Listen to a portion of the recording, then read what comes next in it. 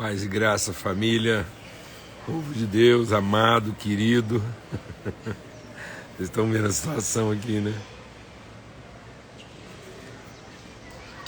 É um tempo, tem sido um tempo muito intenso de comunhão, de partilha, de revelação e tempo de muitas conversas. Graças a Deus, conversas assim bem frutíferas, né? Bem produtivas. Então, muito bom, graças a Deus, um grande privilégio. A gente procurou, né, de todas as formas aqui, inserir todo mundo nesse tempo de comunhão. Cezão, forte abraço, amigo. E então aqui, aí, Gustavão, bênção, cara, olha aí, é maravilhoso. Eu vou vendo aqui, logicamente, tem aquelas pessoas que são aqui conosco, com quem a gente tem se relacionado, tem sido maravilhoso o testemunho, mas também é muito bom reencontrar pessoas aqui da nossa relação, né, tão preciosa, e poder ter esse tempo de comunhão, de vida. Ô Marcelo, dá notícia para nós aí, meu irmão, você tá bom? Bom dia, cara. Bom dia. Oramos por você aqui, viu, na mesa, na família, e poder, assim, né, receber essa dádiva de Deus na sua vida, muito bom. E uma grande alegria mesmo a gente poder manter, né, esse encontro, essa relação. Daniel tá chegando aqui, ó. E aí, Daniel, bom dia. E a gente tá aqui junto hoje, né, para mais um tempo de princípios. E a nossa manhã de domingo, primeiro dia da semana, sempre bom reforçar por que desse dia, desse horário, é para a gente começar bem a nossa semana. Deus trabalha em períodos, em ciclos, né? Ele fez tudo numa semana e depois Ele vai trabalhando esses ciclos na nossa vida. Por que é importante a gente entender essa forma divina, né, de trabalhar em ciclos? Para a gente entender os processos, né? Então Deus não é um socorrista que trabalha na emergência para simplesmente resolver os problemas que vão aparecendo. Mas Deus tem um plano, tem um propósito a ser cumprido, e Ele trabalha isso de forma planejada, né, de forma intencional, de forma proposital, e Ele vai fazendo isso em processos. Então é muito bom a gente poder estar aqui e a gente poder estar aqui, repartir e compartilhar isso. Uma grande alegria, um grande privilégio, uma honra a gente poder estar juntos aqui e começar bem mais uma semana, discernir de Deus mais um princípio aqui, em nome de Cristo Jesus o Senhor. Vamos ter um período de oração aqui, vamos estar falando com o Senhor, né? Entrando mesmo na presença de Deus, colocando a nossa semana aí na presença do Senhor para discernir no coração aquilo que Ele tem para nos ministrar aí. Uma semana de primeira não começa na segunda, e vamos colocar mentes e corações no Senhor. Pai, muito obrigado. Obrigado pela Tua palavra, obrigado, Senhor, pela Tua fidelidade, o Teu compromisso, a Tua instrução. Obrigado porque o Senhor estabelece a referência e as referências, ó Deus, para nos ensinar, nos educar a viver. A graça do Senhor nos ensina, nos educa, nos orienta. Nós não precisamos, ó Deus, trabalhar fora de orientação, fora de direção, ó Deus, refém das circunstâncias, mas nós podemos viver e trabalhar orientado pelos processos bem-sucedidos do Senhor. E assim nós vamos enfrentar qualquer tipo de circunstância, qualquer tipo, ó Deus, de perplexidade, sem desanimar, sem nos confundirmos, sem nos desviarmos nem para a direita nem para a esquerda, Pai, no poderoso nome de Cristo Jesus, o Senhor. Obrigado pela vida do Marcelo, testemunho aqui de alegria, de recuperação. Ó Deus, que a unção poderosa do Senhor esteja sobre todos os seus momentos de luta, dificuldade, enfermidade, trazendo paz às mentes e os corações, ó Pai, no nome de Cristo Jesus. Amém. Graças a Deus. Eu quero ler com vocês, só tirar momentaneamente aqui os comentários. Quero ler com vocês aqui. Ele diz assim, aqui em Efésios, no capítulo 1, Paulo diz uma coisa que isso é uma recorrência nas nossas falas aqui, mas por que eu quis tratar desse princípio, sentir de Deus de tocar nesse princípio hoje? Por quê? A partir do lugar onde a gente se encontra. E então nós estamos aqui, eu tenho compartilhado, né, eu estou completando esse ano de 2022 50 anos do meu encontro com o Senhor. Eu nasci e fui educado no lar cristão, mas o meu encontro, meus olhos foram abertos para o Senhor no ano de 1972, e foi nesse período entre a Páscoa e o meu aniversário que muita coisa aconteceu, né? Então foi mais ou menos entre a Páscoa de 1972 até o início de agosto que a minha vida foi marcada não só por um encontro, mas por revelação daquilo que é a natureza de Deus, o propósito de Deus na nossa vida. E vim crescendo e conhecendo o Senhor a partir dessa semente. E nós estamos aqui num encontro de pastores e conselheiros do ministério com as suas famílias. Não é um encontro para relatórios, para organização, para planejamento, mas é um encontro mesmo de relacionamento, vida, testemunho, comunhão, edificação, um tempo de todo mundo se encontrar e partilhar vivências, partilhar deficiências, partilhar consciência. Então, muito bom. E é a nossa vida, e por isso que a gente fez questão de inserir um pouco e fazer essa conexão aí. Então vou ler o texto aqui de Efésios, irmãos vão entender. Efésios 1 diz assim: nele digo, em quem também fomos feitos herança, havendo sido predestinados conforme o propósito daquele que faz todas as coisas segundo o conselho da sua vontade. Então nós somos feitos herança de Deus, né? E uma vez feitos herança, uma vez que nós somos esse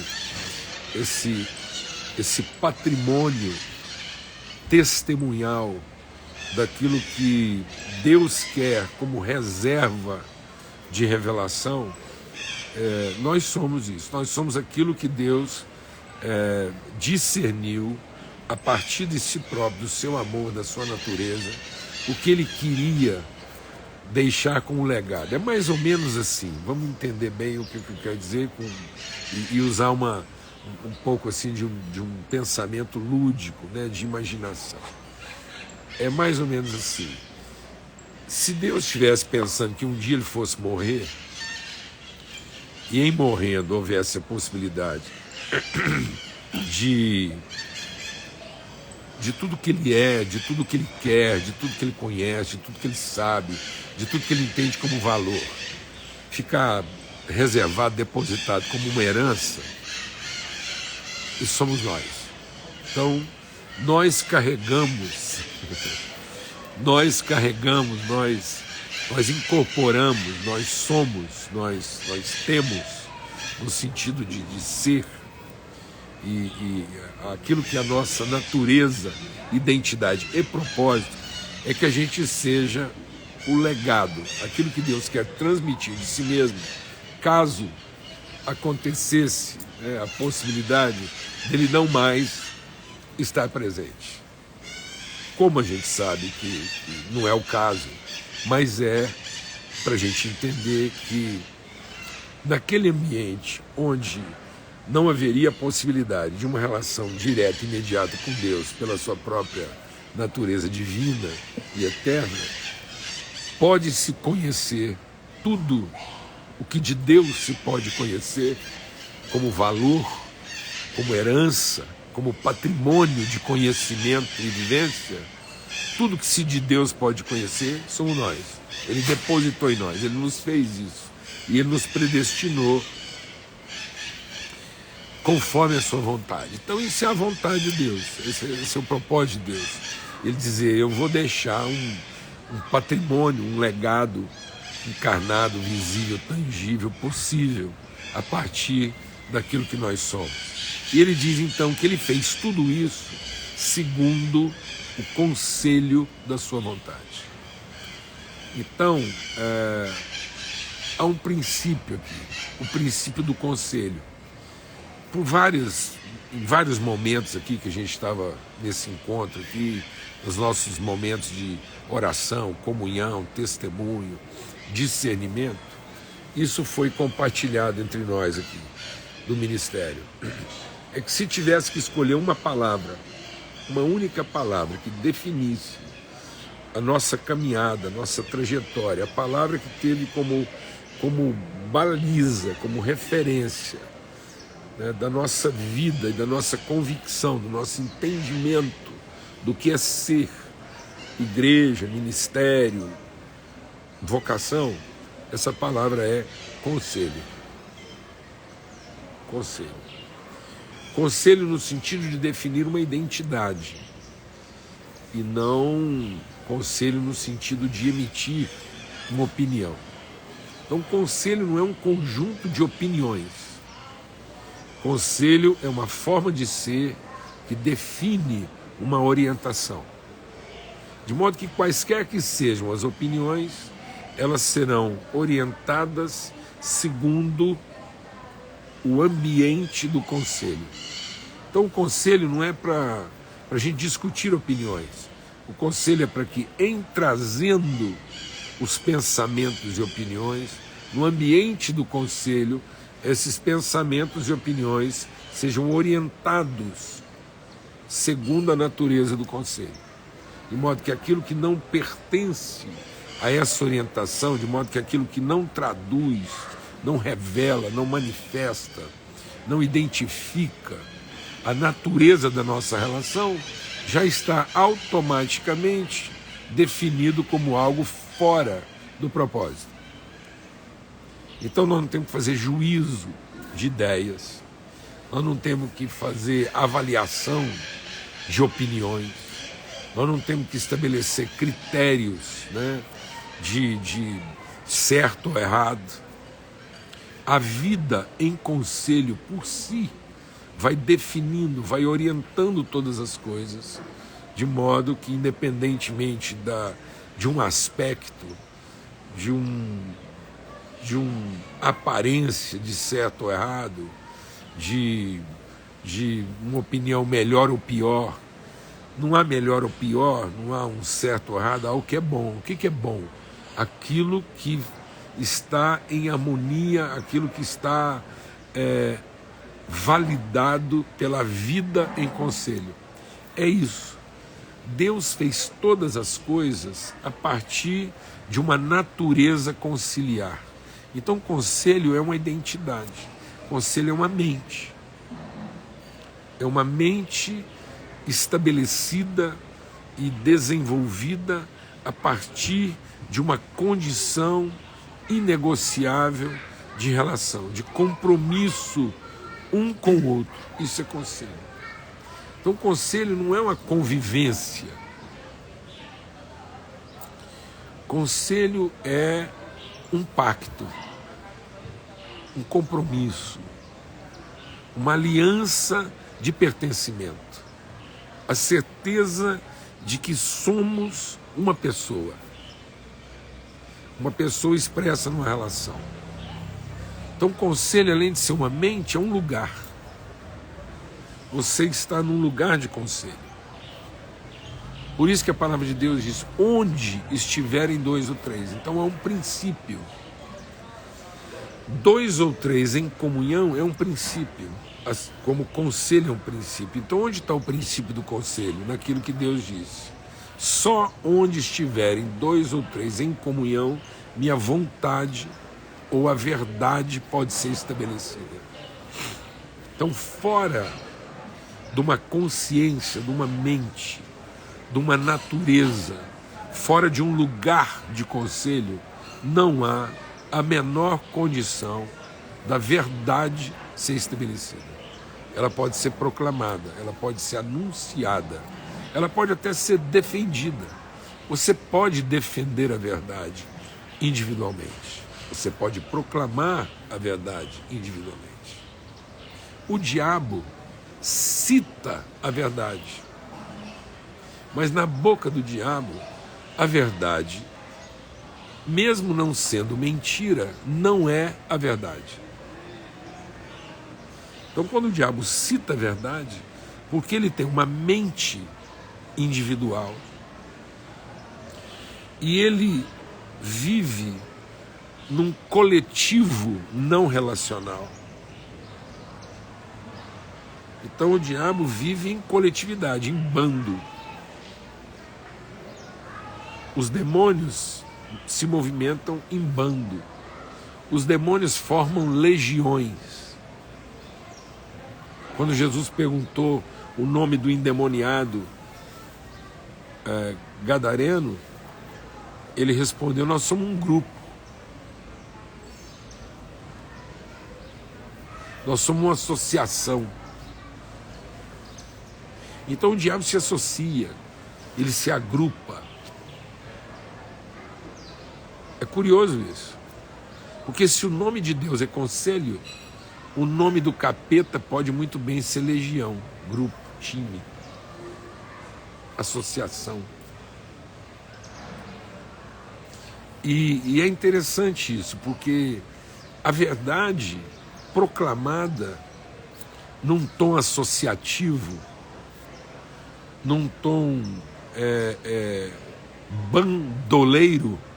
Então tem muita gente que é bandoleira, ele vive em bando, dando tiro para cima e apregoando as suas verdades. Não existem minhas verdades, existe a verdade que se estabelece a partir de uma natureza conselho de Deus.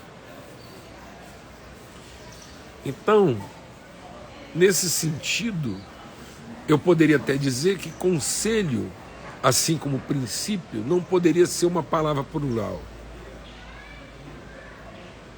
Em tese, como não poderia haver plural para princípio, não poderia haver plural para conselho. Porque só há um conselho. O conselho da vontade de Deus. O conselho que estabeleceu, o conselho que gerou, o conselho que determinou aquilo que é a vontade de Deus. O poder de Deus pode ser manifesto individualmente. Presta atenção. O poder de Deus pode ser manifesto individualmente por cada pessoa da Trindade.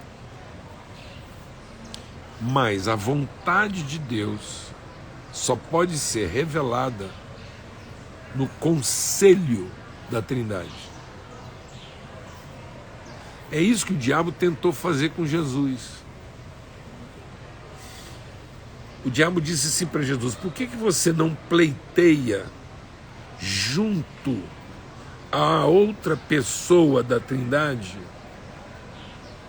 uma ajuda de poder? E às vezes a gente, em associação, pleiteia de um parceiro uma ajuda de poder, sem necessariamente querer estabelecer a partir da relação com ele a expressão do conselho. Então às vezes a gente quer auxílio, mas não quer orientação. Me ajuda sem falar nada, eu só preciso que você coopere comigo e me tire dessa enrascada. Então, esse querer uma expressão de poder segundo uma conveniência individual quebra a natureza de conselho e, portanto, Deus não pode ser expresso em quem Ele é, mas pode ser testemunhado no que Ele pode. E Deus não está interessado em dar testemunho do que Ele pode, mas em revelar quem Ele é. Então, sem essa natureza e esse lugar, essa mente de conselho, não há como expressar quem Deus é, ainda que se possa dar testemunho do que Ele pode.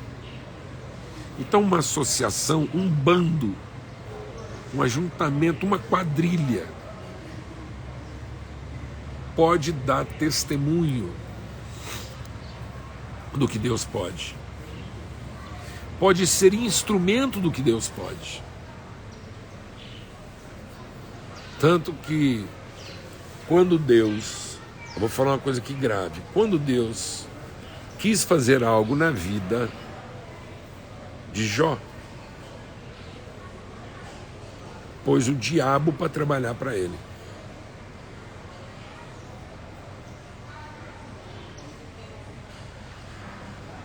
Em tese, sem medo de ser feliz, em tese, vou falar uma coisa aqui que,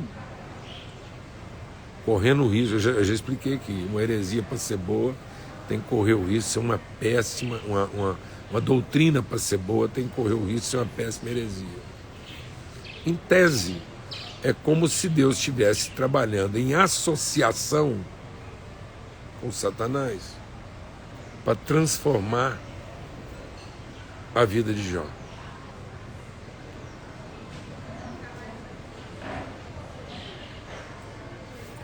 Isso está lá em outros textos, né?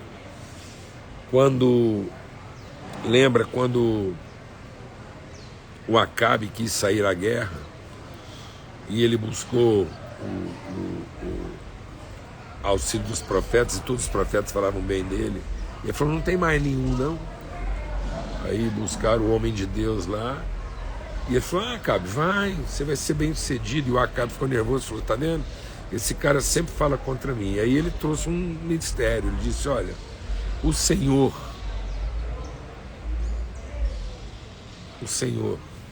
na sua vontade soberana, convocou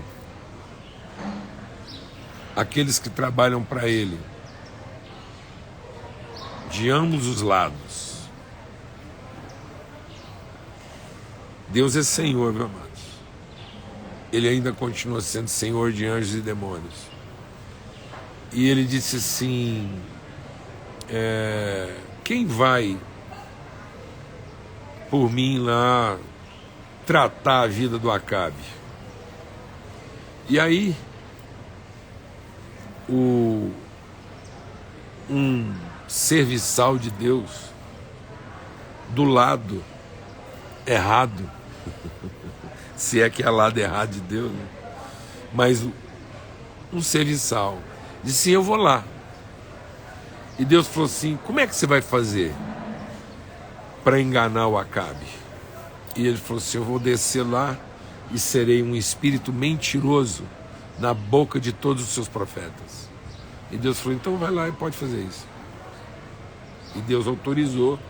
Então aquele espírito enganador na boca de todos os profetas de Acabe, aquele espírito enganador estava autorizado a fazer aquilo pelo próprio Deus. Isso quer dizer que ele conhecia o conselho de Deus? Isso quer dizer que ele participava do conselho de Deus? Não. Isso quer dizer que, apesar da convivência e da aparente circunstância em que eles estavam trabalhando juntos, ele estava a serviço do conselho de Deus, do qual ele nunca fez parte, operando individualmente na boca de muitos. Então, amados, não viva nada, não faça nada, não decida nada se não for segundo essa mente de conselho, esse lugar de conselho, essa vida de conselho. E não é nossos conselhos ou os conselhos de quem quer que seja.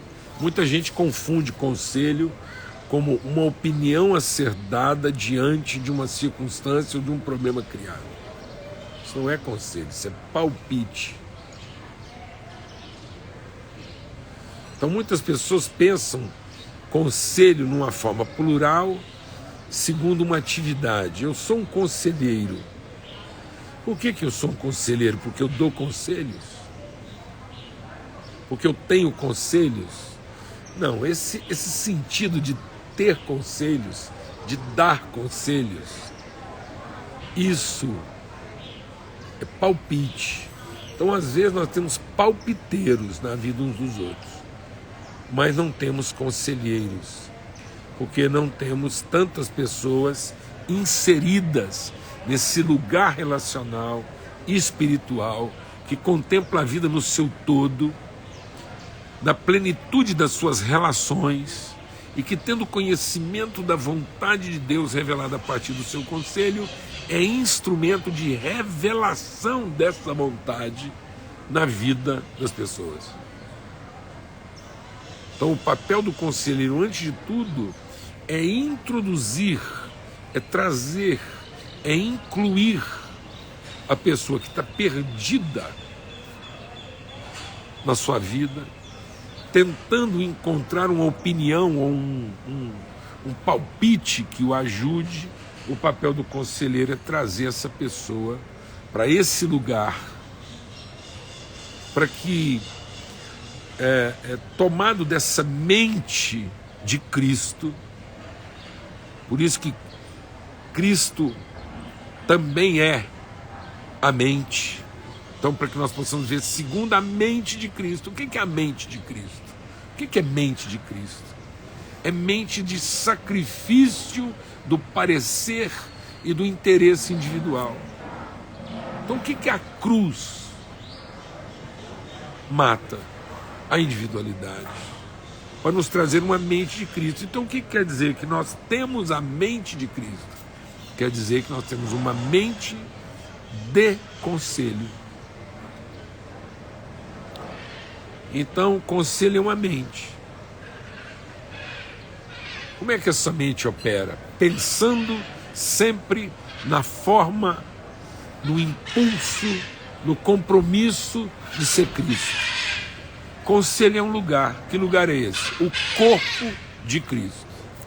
Por isso que Paulo diz que qualquer decisão tomada, qualquer coisa feita, por mais certo que pareça, sem discernir essa mente e esse lugar de conselho, nos amaldiçoa. A coisa mais simples da vida, como comer um pedaço de pão fora da mente e do lugar de conselho, faz mais mal do que bem. Reunir para prestar culto a Deus, Paulo diz que faz mais mal do que bem, se isso não traduzir nossa mente e nosso lugar de conselho. Então, mente e lugar de conselho é terapêutico, porque mesmo que a gente fique em silêncio, num compromisso de conselho uns com os outros, as intenções, as ideias, os propósitos, as práticas vão sendo saradas, porque elas vão sendo orientadas pelo conselho eterno de Deus. Amém? Em nome de Cristo Jesus, Senhor, temos muito aí para meditar, discernir, que essa semana nossa comece em vida de conselho, mente de conselho, lugar de conselho, bem, para que a gente possa discernir o que é de fato ser conselheiro. É não querer viver coisa alguma, pensar coisa alguma, definir coisa alguma, se não for segundo essa natureza e esse lugar. Em nome de Cristo Jesus, uma boa semana para todos. Uma boa semana aí, Daniel. Valeu. Boa semana, valeu. Maravilha. Até amanhã, se Deus quiser.